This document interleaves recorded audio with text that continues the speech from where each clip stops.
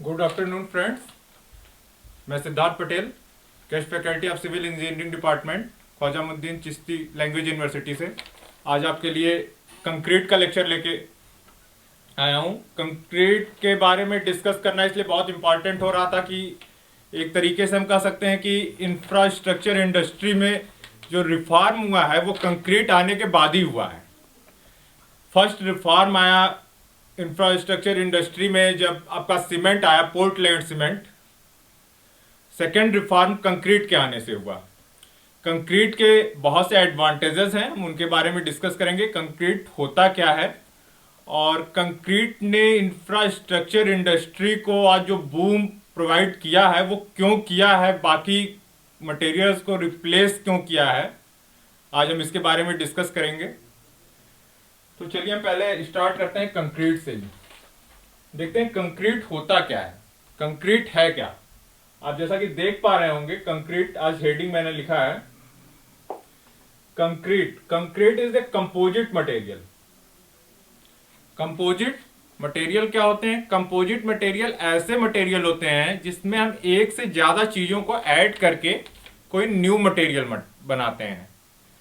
वो different different properties के भी हो सकते हैं, सेम प्रॉपर्टीज के भी हो सकते हैं। उसमें कुछ हम ऐसे मटेरियल ऐड करते हैं जिनका अलग रोल होता है, सेकेंड वन के अलग रोल होते हैं। कुछ उसमें बाइंडिंग मटेरियल ऐड करते हैं। कुछ ऐसे मटेरियल हम बाद में ऐड मिक्सचर जिनकी स्मॉल क्वांटिटी होती है बट वो स्ट्रेंथ और बाकी उसके प्रॉपर्टीज पे बहुत ज्यादा इफेक्ट डालते हैं, उनके बारे में ही डिस्कस करेंगे, जिसको हम एड मिक्सचर्स कहते हैं, जिसने आज के टाइम में हाई स्ट्रेंथ कंक्रीट बनाने के लिए बहुत ज्यादा हेल्प किया।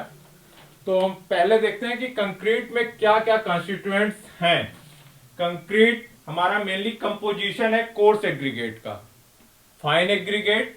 सेकेंड वन आप देख सकते हैं fine aggregate, first one is coarse aggregate, third one is the binding material. Binding material में हम आपको दिखा सकते हैं कि आप देखेंगे तो सीमेंट और लाइम हमारे लिए बाइंडिंग मटेरियल है।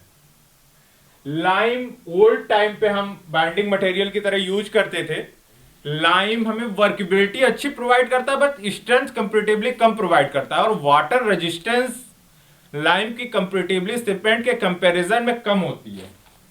पहले तो हम थोड़ा देखेंगे कि सीमेंट ज्यादा क्वांटिटी में यूज क्यों करते हैं। सीमेंट अंडर वाटर सेटिंग होती है, सीलेंट का भी काम करता है, और स्टोर करने पे इसकी क्वालिटी कम डिटोरिएट होती है और इजिली अवेलेबल है। आज के टाइम पे हम कह सकते हैं कि बहुत से सीमेंट डिफरेंट डिफरेंट मॉडिफिकेशन के साथ अवेलेबल हैं। Portland cement, sulphate resistant cement, हमें ऐसे सीमेंट अवेलेबल हैं जो लो हीट प्रोड्यूस करते हैं, जिनका हम डैम बनाने के लिए यूज करते हैं, जहां पे जब कंक्रीटिंग के टाइम पे हमारा जो एक्सेस हीट है वो बाहर नहीं जा पाता एटमॉस्फेयर को, वहां पे हमारे पास लो हीट सीमेंट भी अवेलेबल है। सल्फेट रेजिस्टेंट सीमेंट है जो हम सीवेज वर्क में यूज करते हैं, जहां पे हमारा हाइड्रोजन सल्फाइड निकलता है और सीवेज वर्क में हम इसको यूज करते हैं। तो फाइनली हम देखते हैं concrete is the composite material made of the fine aggregate, coarse aggregate and binding material. Binding material दो हैं, लाइम और सीमेंट। लाइम में हमने आपको बताया, लाइम में हाइड्रोलिक लाइम, फैट लाइम और लाइन लाइम या पुअर लाइम का यूज करते हैं जनरली, बट बाइंडिंग मटेरियल के लिए हम हाइड्रोलिक लाइम का ही यूज करते हैं। फैट लाइम की जो सेटिंग होती है वो बहुत स्लो होती है, अंडर वाटर फैट लाइम की सेटिंग नहीं हो सकती। लाइन लाइम या पुअर लाइम जो है इसकी क्वालिटी बहुत खराब होती है, इसमें क्ले कंटेंट बहुत ज्यादा होता है, इसलिए हाइड्रोलिक लाइम की प्रॉपर्टी होती है ये अंडर वाटर भी सेट कर सकता है। जनरली हमें जहां स्ट्रेंथ की जरूरत होती है वहां पे सेटिंग कराने के लिए वहां हम हाइड्रोलिक लाइम का यूज करते हैं।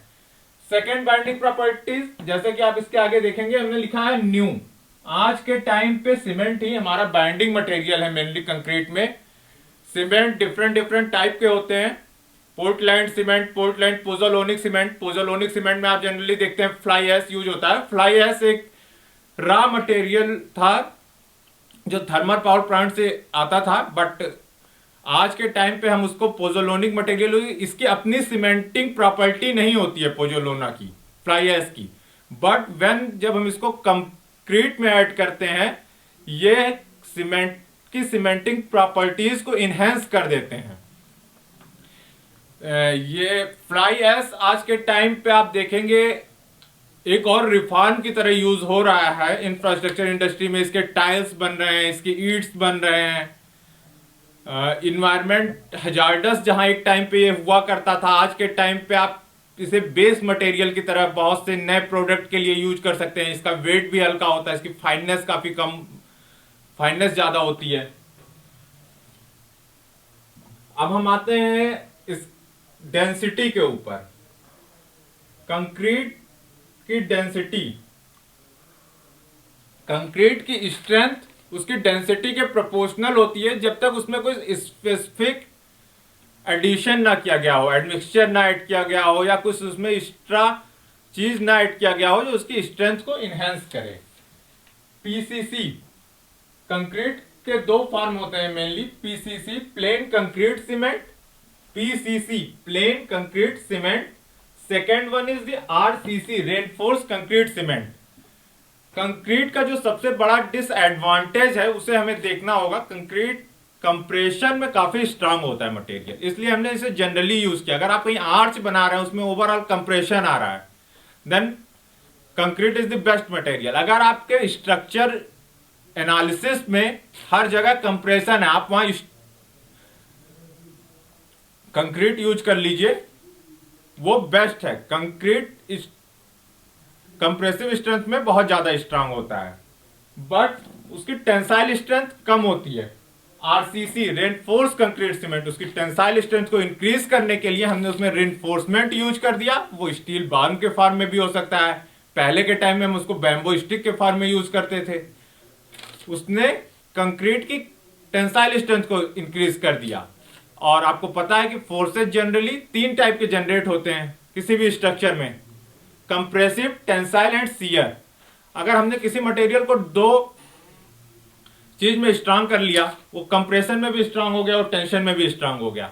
शियर फेलियर जो होता है, शियर फेलियर जनरली जो होता है वो शियर फोर्स के कारण या तो वो मटेरियल कंप्रेशन में फेल हो जाता है या तो टेंशन में फेल हो जाता है।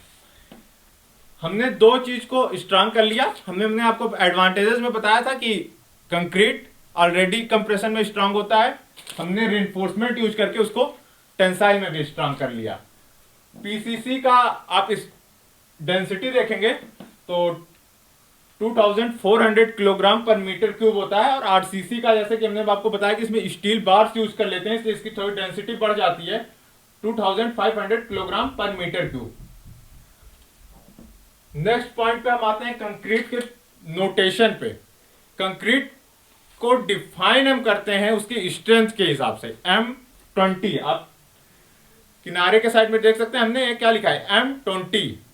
इसमें हमें जानने की जरूरत है कि M क्या है और 20 क्या है। M डिनोट मिक्स डिजाइन को M डिनोट करता है। 20 denote the compressive strength eight 28 days. 28 days पे कंप्रेसिव स्ट्रेंथ क्या होगी इसको शो करता है। मिक्स डिजाइन, अगर आप कभी भी कंक्रीट खरीदने जाते हैं जो आपके रेडी मिक्स प्लांट्स हैं, आप वहां कहेंगे कि आपको M20 कैरेक्टरिस्टिक का कंक्रीट चाहिए, M30, उसी हिसाब से उसके रेट होते हैं, उसी हिसाब से उनका कंपोजिशन होता है, उसी हिसाब से उसमें सीमेंट का कंटेंट बढ़ता जाता है। एडमिक्सचर के बाद सेकेंड जो कॉस्टलीस्ट मटेरियल यूज होता है कंक्रीट में वो सीमेंट होता है।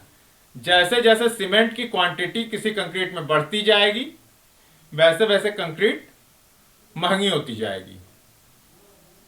स्टील कास्ट में सबसे ज्यादा होती है, बट स्टील का अलग यूज है, वो टेंसाइल स्ट्रेंथ इंक्रीज करने के लिए यूज होती है, और उसका अगर आप बाय परसेंटेज देखेंगे क्वांटिटी बहुत कम रिक्वायर्ड होती है। जैसे बीम में आपकी 2% के आसपास लगभग कंक्रीट यूज होती है, स्लैब में 1% के आसपास जनरली मैक्सिमम यूज होती है। कंपोजिट स्ट्रक्चर में ये क्वांटिटी स्टील की बढ़ जाती है जहां हमें बहुत हाई लोड बियरिंग कॉलम्स बनाने होते हैं, वहां पे total quantity of the steel हम 20% of the total cross sectional area रखते हैं, जिससे कि उसकी लोड कैरिंग कैपेसिटी काफी बढ़ाई जा सके और उसमें बेंडिंग वगैरह की प्रॉब्लम ना हो। हम आज मिक्स डिजाइन देखते हैं। M20 28 डेज पे कैरेक्टरिस्टिक स्ट्रेंथ है और M डिनोट करता है मिक्स को, mix design for 28 days characteristic strength. आज हम थोड़ा डिस्कस करेंगे कि कैरेक्टरिस्टिक स्ट्रेंथ को हम कैसे निकालते हैं। कैरेक्टरिस्टिक स्ट्रेंथ निकालने के लिए हम कंक्रीट मिक्स की 28 डेज पे जो टेस्टिंग करते हैं उस सैंपल का size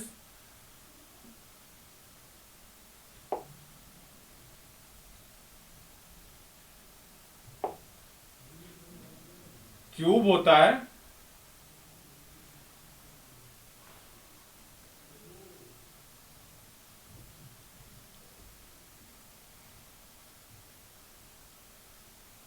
one 150 mm into 150 mm, जिसकी लेंथ विड्थ और हाइट तीनों ही 150 mm होती है। इसे कंप्रेसिव टेस्टिंग मशीन में टेस्ट करते हैं। 28 डेज पे जो स्ट्रेंथ देता है वह इसकी कैरेक्टरिस्टिक कंप्रेसिव स्ट्रेंथ होती है। 3 डेज पे टेस्टिंग करते हैं, 7 डेज पे टेस्टिंग करते हैं, 28 डेज पे टेस्टिंग करते हैं। कंक्रीट की स्ट्रेंथ लॉन्ग टर्म में बढ़ती जाती है। लगभग 1 ईयर तक अगर हम क्यूरिंग करते हैं तो जनरल उसे जितनी स्ट्रेंथ देनी होती है इससे 40% वो ज्यादा स्ट्रेंथ देता है। अगर आप प्रीवियस ईयर क्वेश्चन करेंगे तो उसमें आप देखेंगे कि एक क्वेश्चन आया हुआ था कि अगर आप कंटिन्यूअस 1 ईयर तक क्वेरिंग करें कंक्रीट की तो उसकी स्ट्रेंथ कितनी ज्यादा बढ़ जाएगी, अगर 1 साल तक नहीं करें तो उसकी स्ट्रेंथ कितनी घट जाएगी। आप इसके साथ एक पॉइंट देख लेते हैं जो काफी ऑब्जेक्टिव एग्जाम्स के लिए काफी इंपॉर्टेंट है। ये कंक्रीट की टेस्टिंग के लिए क्यूब साइज है। अगर हम सीमेंट की टेस्टिंग करते हैं तो उसका क्यूब का साइज होता है 70.5 mm। 70.5 mm। आज का हम वीडियो यहीं पे कंप्लीट करते हैं। नेक्स्ट वीडियो में हम कंक्रीट को कैसे उसकी जगह पे स्टेबल रखना है जब तक वो स्ट्रेंथ गेन नहीं कर लेता है, डिफ्लेक्शन नहीं आ जाता है। नेक्स्ट वीडियो में हम देखते हैं